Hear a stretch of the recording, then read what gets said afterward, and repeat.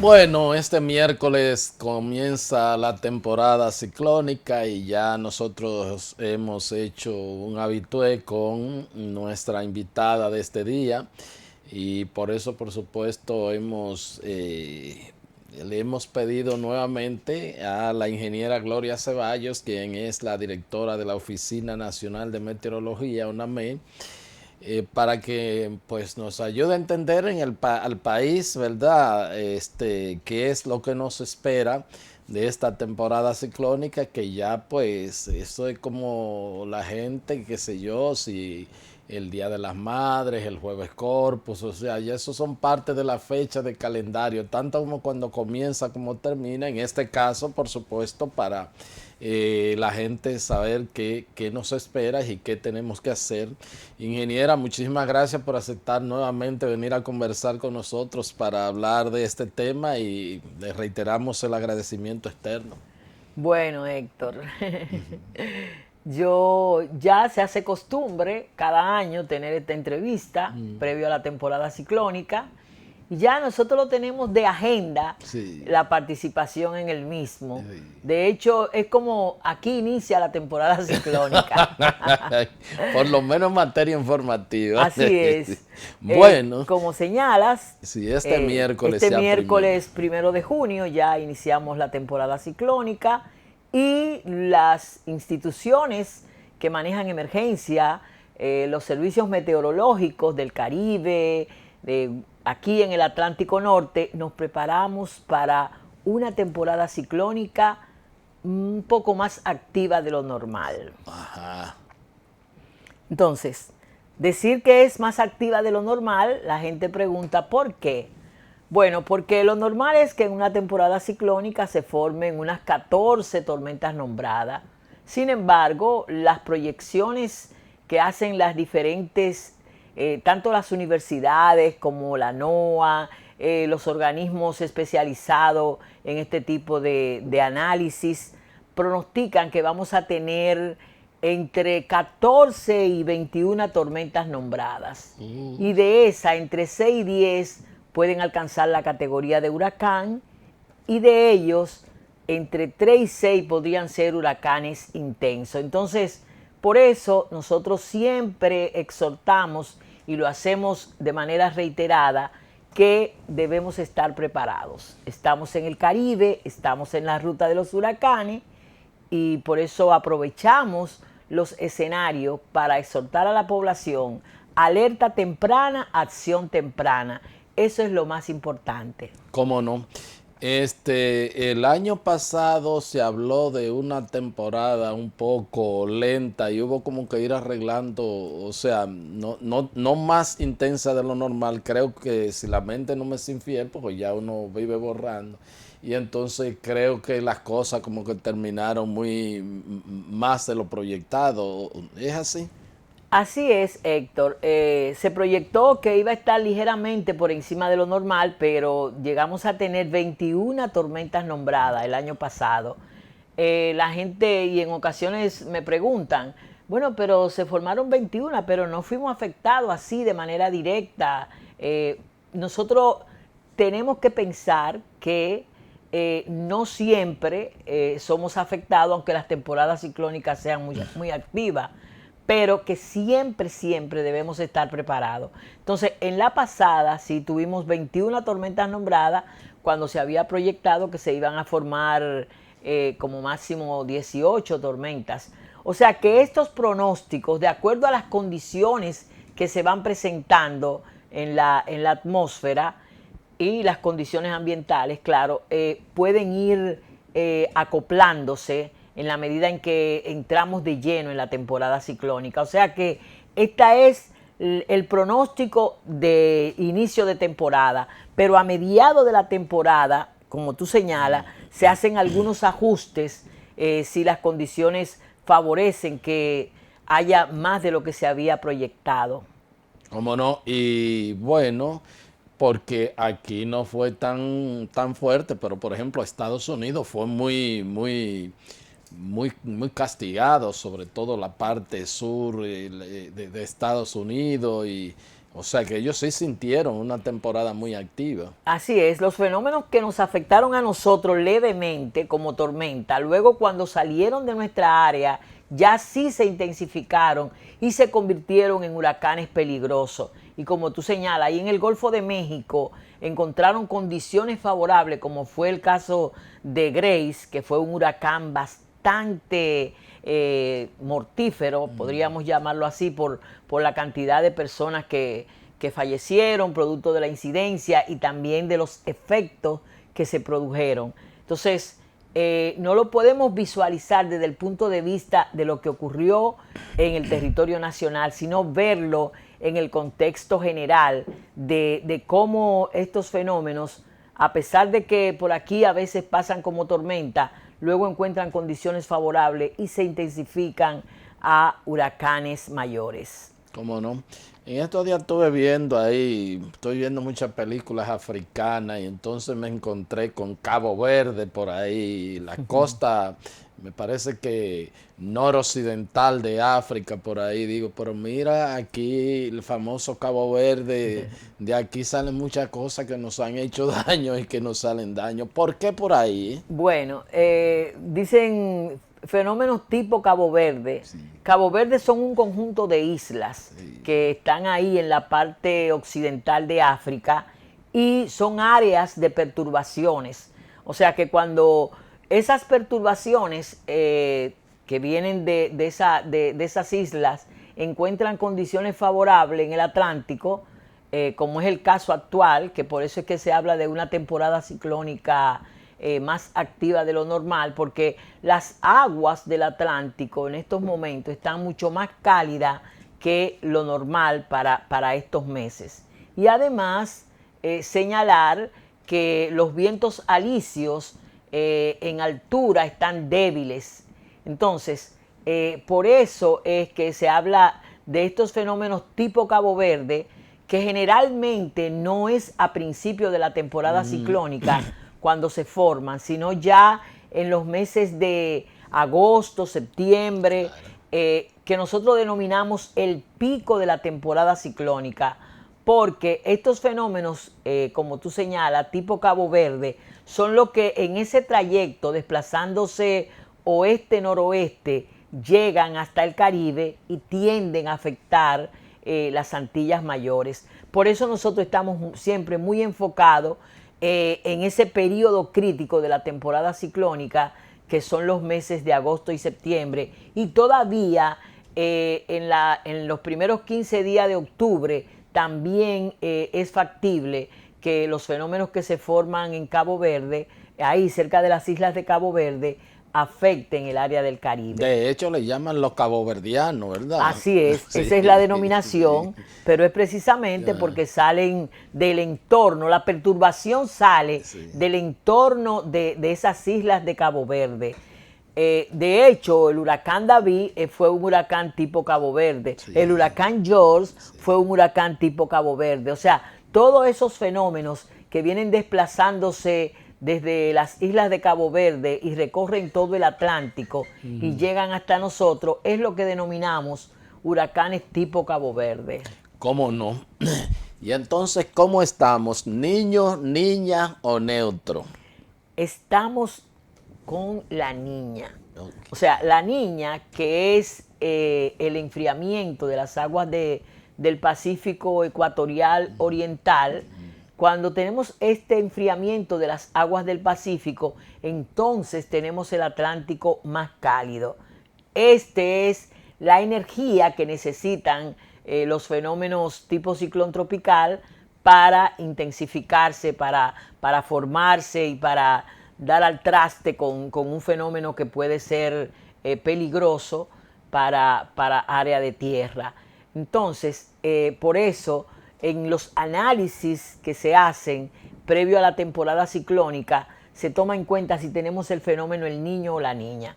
Cuando tenemos el fenómeno el niño, y lo hemos visto nosotros, por ejemplo,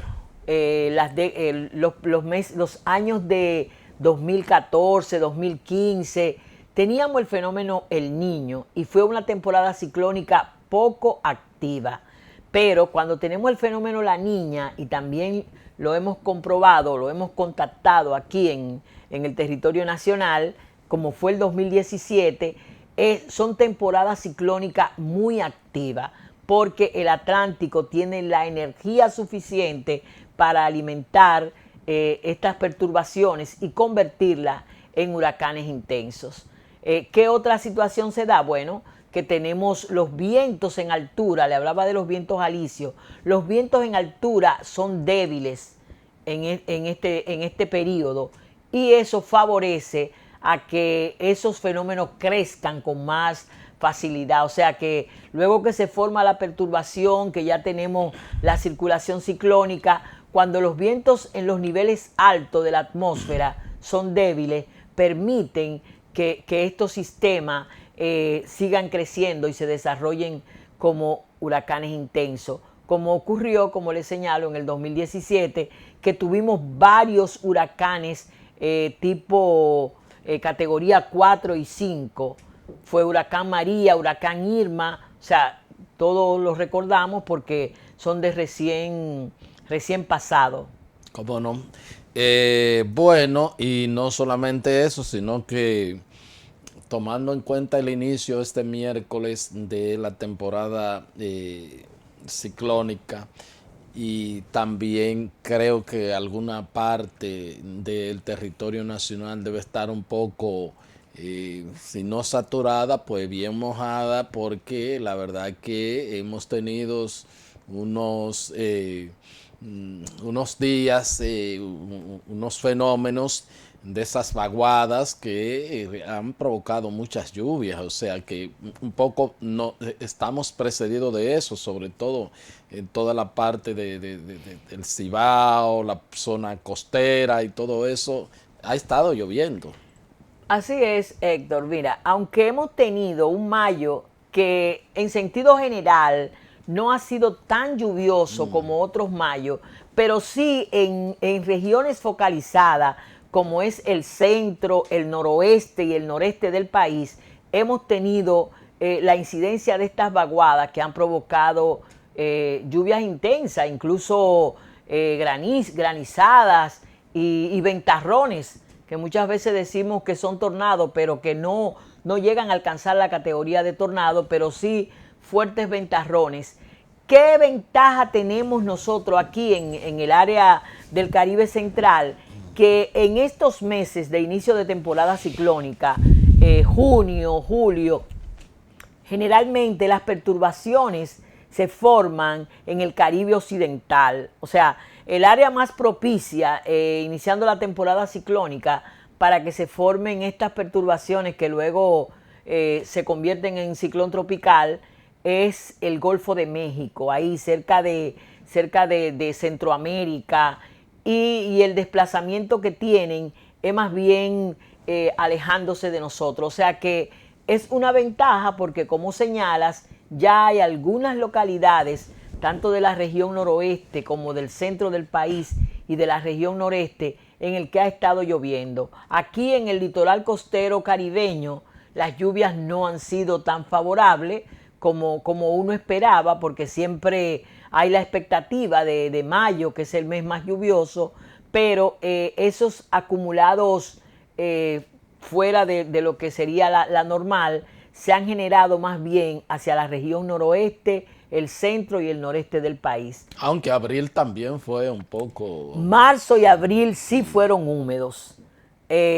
Tanto marzo como abril tuvieron las mediciones que nosotros hacemos en las estaciones distribuidas a nivel nacional, más del 75% de las estaciones meteorológicas nuestras reportaron acumulados de lluvia que superaron la normal, tanto en marzo como en abril.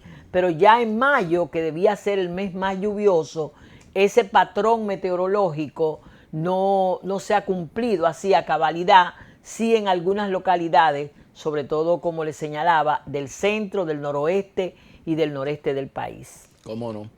Es un azar el juego de cómo se desplazan y los factores que intervienen en un huracán, que por ejemplo, últimamente se podría decir de una década para acá, quizás Puerto Rico ha sido mucho más atacado y más inclemente con esos fenómenos que la República Dominicana. Bueno, fíjate, Héctor, ¿qué ha ocurrido en las últimas décadas? O sea, lo que hemos observado es que los fenómenos tipo ciclón tropical llegan a alcanzar una intensificación rápida, evolucionan rápidamente. Entonces, en el caso de Puerto Rico, que el huracán María lo afectó de manera extraordinaria en el 2017, ellos hacía alrededor de 90 años que no veían un fenómeno de esta magnitud, y sin embargo nosotros habíamos tenido a David, que fue en el 79, tuvimos a George, que fue en el 98, y Ginny, que fue en el 2004, o sea que sí nosotros habíamos sido afectados directamente por fenómenos tipo huracán, y sin embargo Puerto Rico no se había, no había tenido esa desgracia de que pasaran sobre su territorio. Eso tiene mucho que ver con el sistema de alta presión, que es que rige el movimiento, el sistema de alta presión en el Atlántico, que es que rige el movimiento de estos fenómenos. Cuando tenemos una alta presión muy definida, generalmente los huracanes siguen una trayectoria prácticamente oeste franco y vienen pasando al sur de nosotros. Sin embargo, cuando la alta presión se retira un poco, por decirlo en un lenguaje llano, entonces los sistemas tienden a subir un poco y ahí sí nosotros nos vemos liberados y afectan tanto al arco de las Antillas Menores como a Puerto Rico. ¿Cómo no? Y a propósito de inicio de temporada ciclónica, este, que vemos que todavía, por el amor de Dios, gente se aventuran a salir de manera ilegal en frágiles embarcaciones, que eso como quiera es una bomba de tiempo, no importa lo normal que pueda estar la mar. Ahora también cuando se acercan estas temporadas, el riesgo es mucho más elevado. Bueno, o sea, como dicen, no hay forma de tú controlar esta situación por el hecho de que aunque uno genere las alertas, los avisos, las autoridades de la Armada toman las medidas de rigor, siempre la gente se aventura. La gente no escucha las advertencias. Y por ejemplo, hay unas corrientes marinas que aunque uno en superficie ve el mar muy tranquilo, sin embargo, están ahí. Aunque el sistema, aunque tengamos un huracán, un fenómeno tipo ciclón tropical muy lejos de las costas nuestras, esas corrientes marinas llegan hasta nosotros. Nosotros reiteramos, no es nuestra misión, pero sí alertar que no se aventuren mar adentro cuando hay algún anuncio de alguna perturbación atmosférica que amenace el área del Caribe. De ninguna manera debemos aventurarnos, pero estar siempre alerta. Fíjense, hace pocos días tuvimos una lluvia fuerte en La Vega. O sea, esto es para señalar cómo a veces cometemos imprudencia y esto lamentablemente termina en tragedia. El río Camu tenía un caudal fuerte por las lluvias que se habían registrado y hubo un grupo de gente cruzando en motores. Así fue. Y hubo pérdidas de vidas humanas. O sea, siempre debemos estar atentos cuando se hacen advertencias, cuando decimos que hay alguna situación meteorológica que puede provocar fuertes lluvias o vientos en ráfaga o oleajes anormales y no aventurarnos. No solamente por el hecho de los viajes ilegales, sino también las embarcaciones que salen, los pescadores que salen en ocasiones o embarcaciones de tipo turística, sino estar muy atento a las restricciones que las autoridades señalan cuando hay alguna situación anómala en el mar. ¿Cómo no? Bueno, pues pido la anuencia de la ingeniera Gloria Ceballos. Ella es la directora de la Oficina Nacional de Meteorología. Nos vamos a una pausa y entonces ya regresamos con los minutos finales de la entrevista.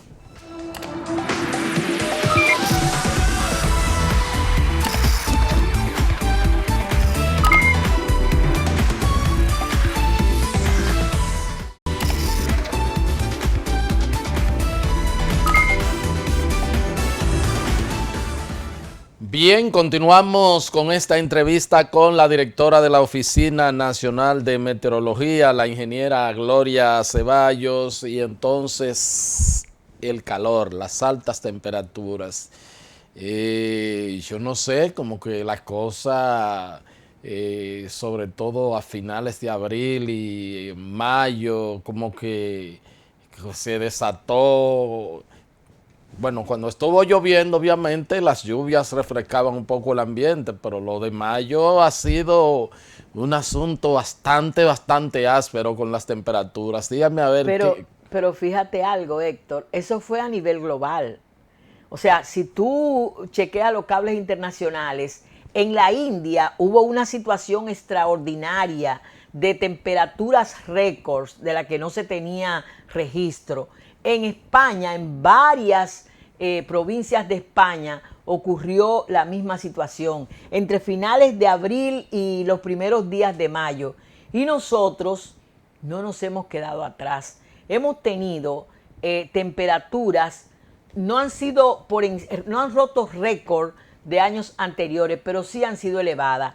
¿Y qué situación hace que aquí en la zona costera, aquí en el litoral caribeño, en el Gran Santo Domingo, las temperaturas uno las sienta mucho más cálidas de lo que en realidad se están registrando? Se debe a la sensación térmica. O sea, la humedad relativa que hay en las zonas costeras es superior a las áreas interiores. Entonces, a pesar de que las temperaturas llegaron a 35 grados, 36 grados, la sensación térmica que el cuerpo experimentaba superaba los 40 grados y por eso estuvimos prácticamente desesperados, mucha gente, por el calor. El polvo del Sahara contribuyó, o sea, esa nube de polvo del Sahara que se desplaza en los meses de verano, que ahora en mayo, luego de la primera onda que nos afectó, tuvimos una nube de polvo del Sahara afectándonos. Tenemos también que estar conscientes de que durante todo el verano va a seguir desplazándose esa nube de polvo, porque además de que las ondas del este se van a incrementar, tenemos el monzón del África que está favoreciendo que estas perturbaciones tipo onda tropical, se llaman ondas del este precisamente porque vienen de África. Detrás de ella viene esa nube de polvo del Sahara y eso contribuye a tener más calor porque está más seca la atmósfera cuando la concentración de polvo del Sahara es elevada. No solamente el calor, sino también uno siente como que mucha gente presentan algún tipo de alergia, de manifestaciones Sí, gripales y todas esas cosas. O sea que por eso se hace la recomendación cuando estamos siendo afectadas de esa concentración elevada de polvo del Sahara, de no exponerse en las horas de mayor insolación a hacer deportes fuertes. Y hay personas que de por sí son alérgicas. Entonces esas personas se incrementa más el daño, el aspecto respiratorio, las personas que sufren de asma, siempre en las alertas que emitimos cuando hay esa concentración moderada de polvo del Sahara, el uso de mascarilla. O sea, durante la pandemia es de carácter obligatorio, pero cuando vienen esas concentraciones de polvo del Sahara de moderada a fuerte, o sea, elevada, es importante el uso de mascarilla y sobre todo las personas que tienen alguna enfermedad respiratoria, porque puede agravarse la situación cuando la concentración es elevada.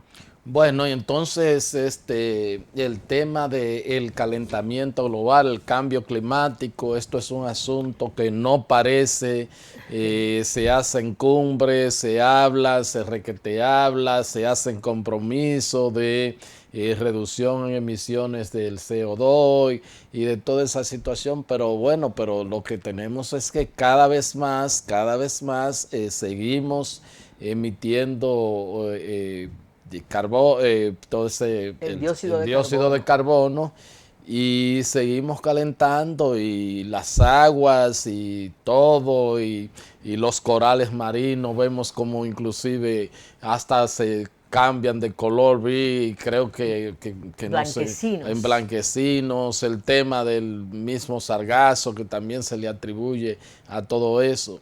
Seguimos mal, ingeniera, en ese Bueno, sentido. Héctor, si ese cóctel del cambio climático vinculado con las temporadas ciclónicas, eh, ¿qué se ha demostrado y qué señalan los científicos?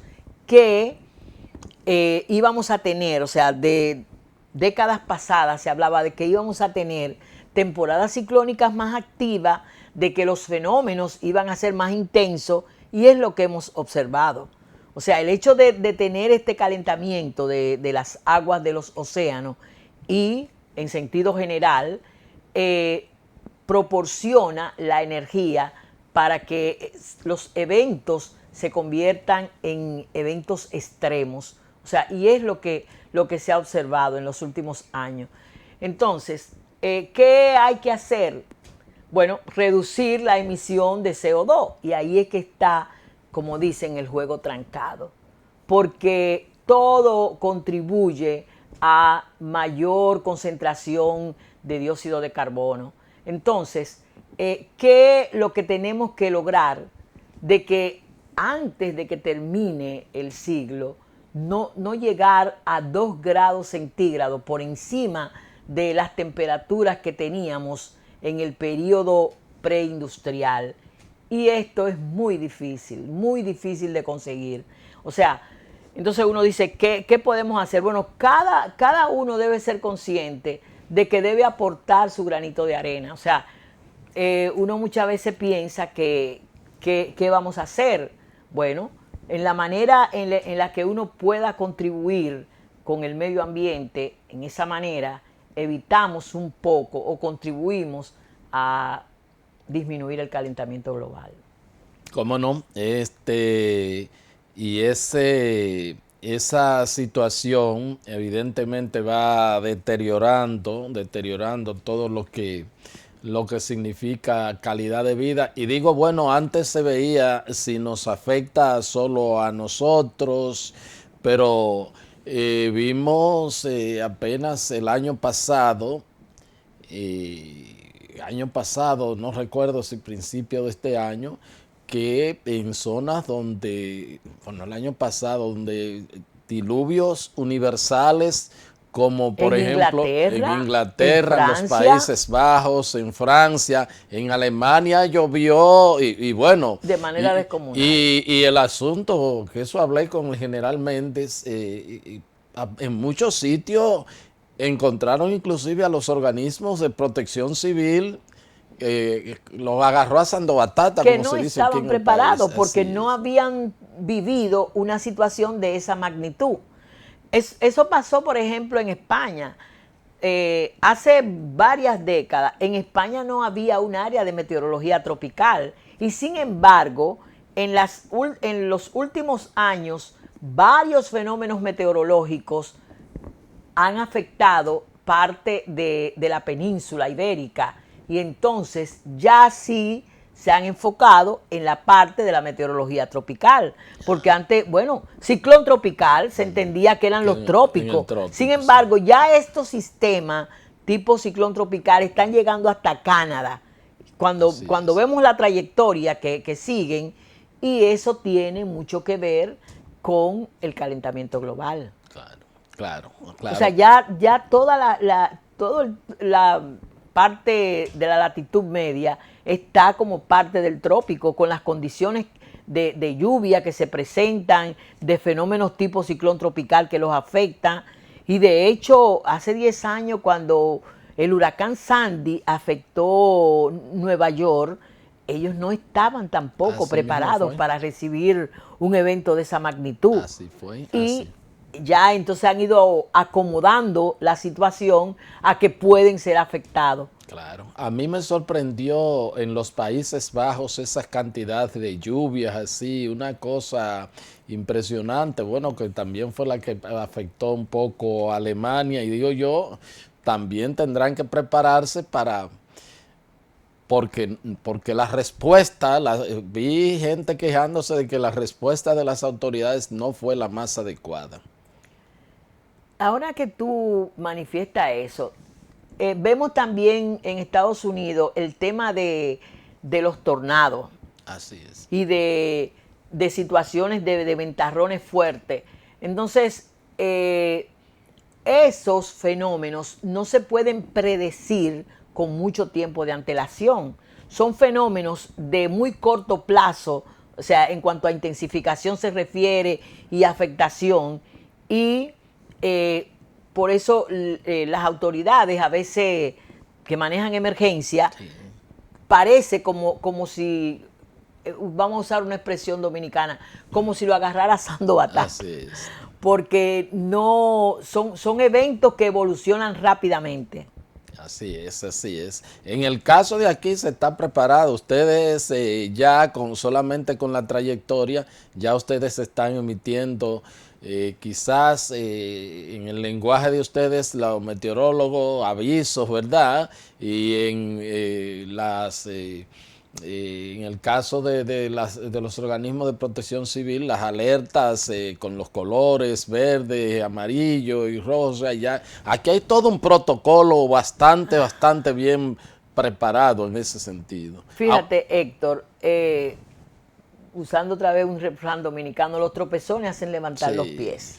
Y con los años hemos ido adquiriendo experiencia y hemos visto que lo más importante es que las instituciones trabajen de manera coordinada, que sigan protocolos, que lo que le corresponde a meteorología lo hace meteorología, lo que le corresponde al centro de operaciones de emergencia lo hace el centro de operaciones de emergencia, lo que corresponde a la Comisión Nacional de Emergencia, la Comisión Nacional de Emergencia actúa. O sea que cuando están definidos los roles es lo más importante claro. y cada uno ya aprendió la lección de que lo mejor para el país es precisamente seguir esos protocolos. Y como hay de todo en la viña del Señor, he visto gente que cuando se hacen las alertas se convoca, ya cuando ustedes van a Palacio a hablar y a dar las alertas, ya uno sabe que las cosas van en serio. Pero hay alguna gente que porque no pasa por aquí o hay un desvío, hay alguna gente que hasta medio se disgustan con eso, porque cuando lo que debemos es celebrar, ¿verdad que sí? Porque, Bueno, nosotros como autoridad meteorológica siempre reiteramos que hay que estar preparado para lo peor, aunque ocurra lo mejor. claro. O sea, cuando hay alguna amenaza hidrometeorológica, usamos todos los mecanismos, todas las vías de comunicación para informar a la población de manera reiterada, de manera que estemos preparados. ¿Cómo no? ¿Cómo no? Y por suerte ya, antes ustedes tenían que hacer esfuerzo para comunicar mucho tiempo atrás y ahora somos nosotros que los perseguimos a ustedes y esto se ha institucionalizado bastante a tal punto de que ya hay colegas que tienen programas que le dan seguimiento a las situaciones climáticas todo el año completo. Bueno, Héctor, ya tenemos muchos meteorólogos empíricos Así es. a nivel de las redes sociales. Nosotros en cierta medida no, a nosotros nos alegra porque eso permite que la población esté atenta. Si no recibe la información por una vía, la recibe por la otra. Y lo importante es eso, que llegue la información a cada hogar dominicano cuando hay alguna amenaza hidrometeorológica.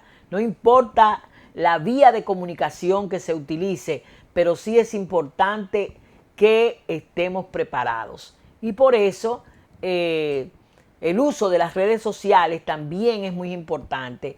Y el hecho, como tú señalas, de que los medios de comunicación se han hecho eco nuestro en cada momento, ayuda más a propagar las informaciones que servimos. Aunque yo finalmente, pueden haber redes sociales, puede todo, hasta que no llegan de ustedes, yo no doy la información del lugar. Muchísimas gracias, ingeniera. Bueno, encantada. Bueno, gracias. Que tengamos una temporada ciclónica en la que ningún fenómeno nos afecte, pero sí que como población estemos preparados. ¿Cómo no? Gracias a ustedes por haber estado con nosotros y será pues hasta otra entrega de su programa de Agenda. Hasta entonces.